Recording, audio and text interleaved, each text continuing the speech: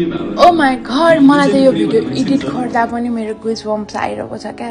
So hi everyone, welcome to my mini vlog. आज चाहिँ हामी जाँदैथ्यौँ एकदमै धेरै स्पेसल मान्छेलाई भेट्न जो चाहिँ हुनुहुन्छ सब आफ्नो भोइसले सबैको मनमुटुमा बस्न सफल हाम्रो साग्रेस दादालाई भेट्न जाँदैछौँ हामी चाहिँ।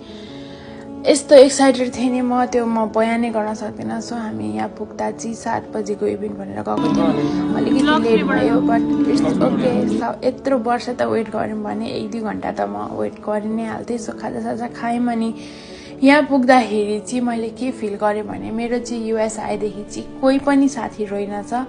यस्तो इभेन्टमा जाँदा पनि म हस्बेन्डसँग गएँ। हुन त हस्बेन्ड इज माई एभ्रिथिङ, तर पनि हुन्छ नि साथी सर्कलको चाहिँ कोही पनि रहेनछ क्या। अब हुन्छ नि सबै ग्रुप देख्दाखेरि चाहिँ कति धेरै मेरो साथी नेपालको साथीहरू मिस गरेँ। अनि मैले 17 चोटि चाहिँ भने होला क्या हस्बेन्डलाई कस्तो मिस भयो मोटुहरूको भनेर। अनि सो त्यही हो, miss you guys.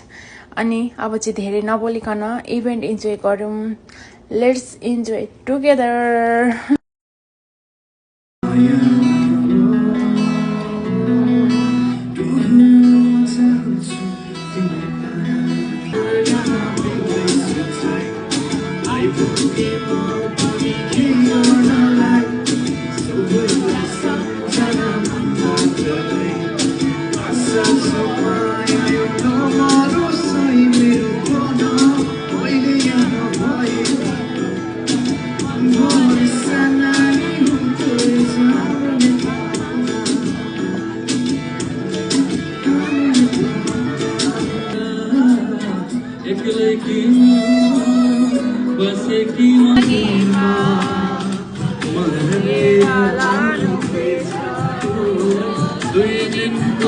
Super excited.